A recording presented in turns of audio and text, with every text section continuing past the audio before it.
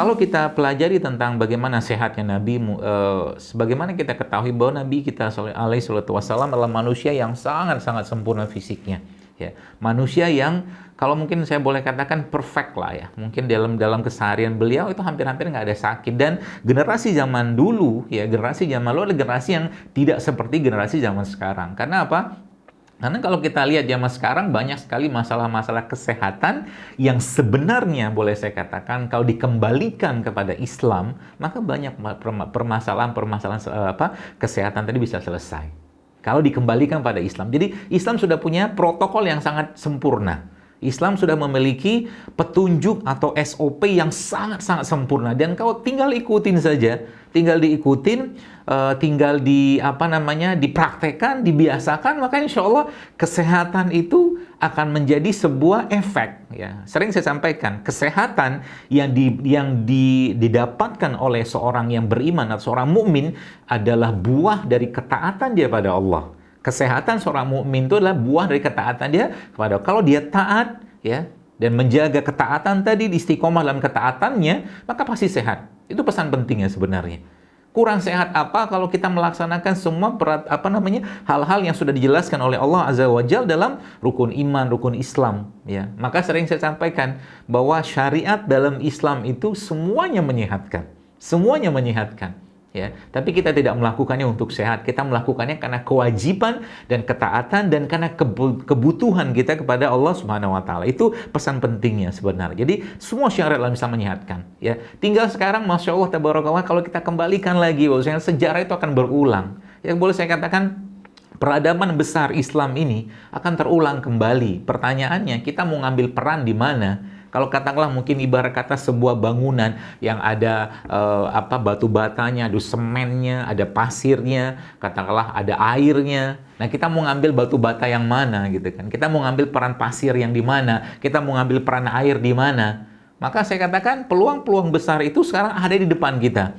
Sekarang kita lihat ma'had tahfiz ya, atau mungkin pesantren-pesantren menghafal Quran atau kelas-kelas menghafal Quran semakin banyak di mana-mana. Kita lihat sekarang orang juga mulai melatih dirinya dengan keterampilan atau olahraga-olahraga yang berhubungan dengan sunnah-sunnah baginda Nabi seperti memanah, ya mungkin ada berkuda segala macam. Masya Allah, ini merupakan tanda, tapi belum, masih bibitnya saya katakan. Termasuk dari apa yang saya sebulan mungkin kegelisahan. Saya katakan waktu awal saya terjun dalam dunia Tibun Nabawi atau kesehatan Islam ini, saya katakan harusnya Islam memberikan pedoman yang jelas tentang itu.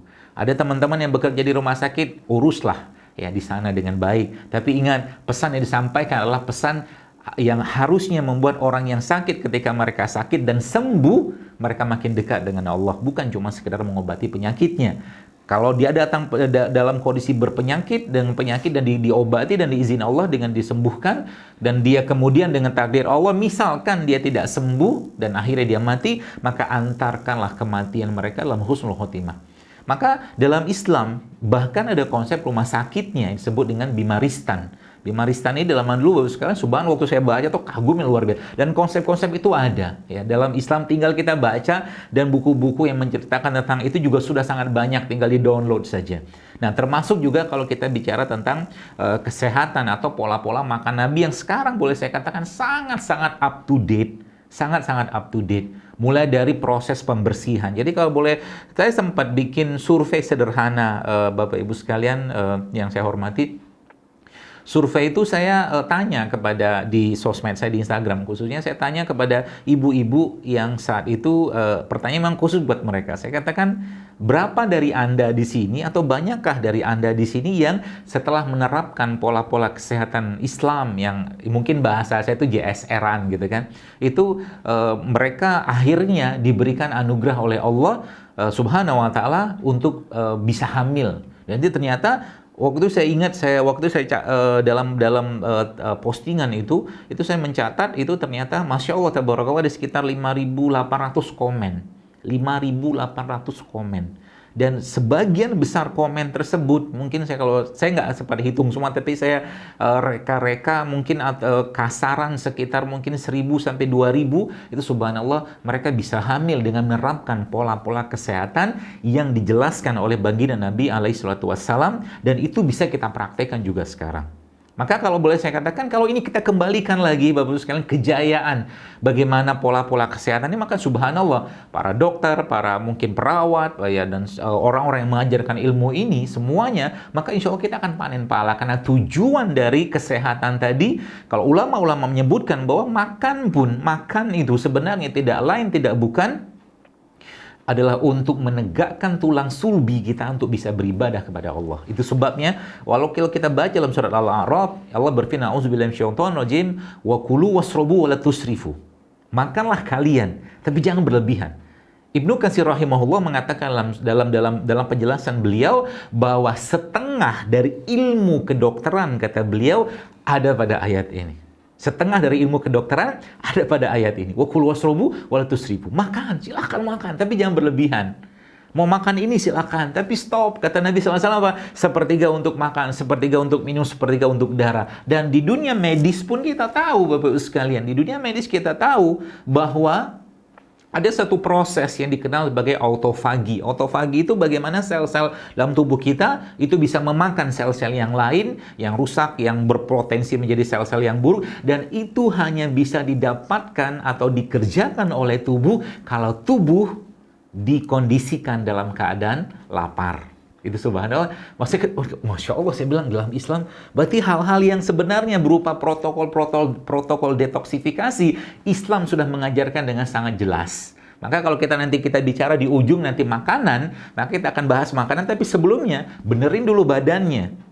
Perbaiki dulu badannya, detoksifikasi dulu badannya. Kita tahu bahwa Islam memiliki konsep-konsep yang sangat jelas ya tentang proses detoksifikasi, dan saat ini dunia barat mungkin sekarang mulai meliti tentang itu. Maka saya boleh sampaikan mungkin usul kepada Ustadz Hasan Toha ya, di Rumah Sakit Sultan Agung itu harus ada mungkin lembaga penelitian pengobatan Islam, atau kalau enggak seperti halnya ada satu dokter di Amerika Serikat, 3 dokter yang saya baca di sana, mereka menerapkan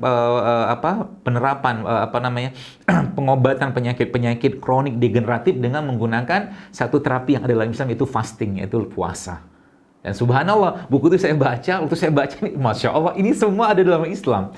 Mulai dari puasa 3 hari, puasa 2 hari, puasa diperpanjang, ya sepertinya puasa wisolnya Nabi, ya itu seperti itu. Tapi untuk pengobatan, dan ada puasa banyak sekali jenis-jenis puasanya. Saya katakan ini kalau kita kembangkan di sini, subhanallah, umat Islam harusnya menjadi umat yang sangat kuat, sangat jauh dari penyakit. Karena Allah Subhanahu wa taala, waktu kita baca ya tadi, walaqad khalaqnal insana fi ahsani taqwim. Kalau boleh saya katakan Bapak Ibu sekalian, ya, kesempurnaan tubuh kita ini sudah sangat jelas Allah berikan.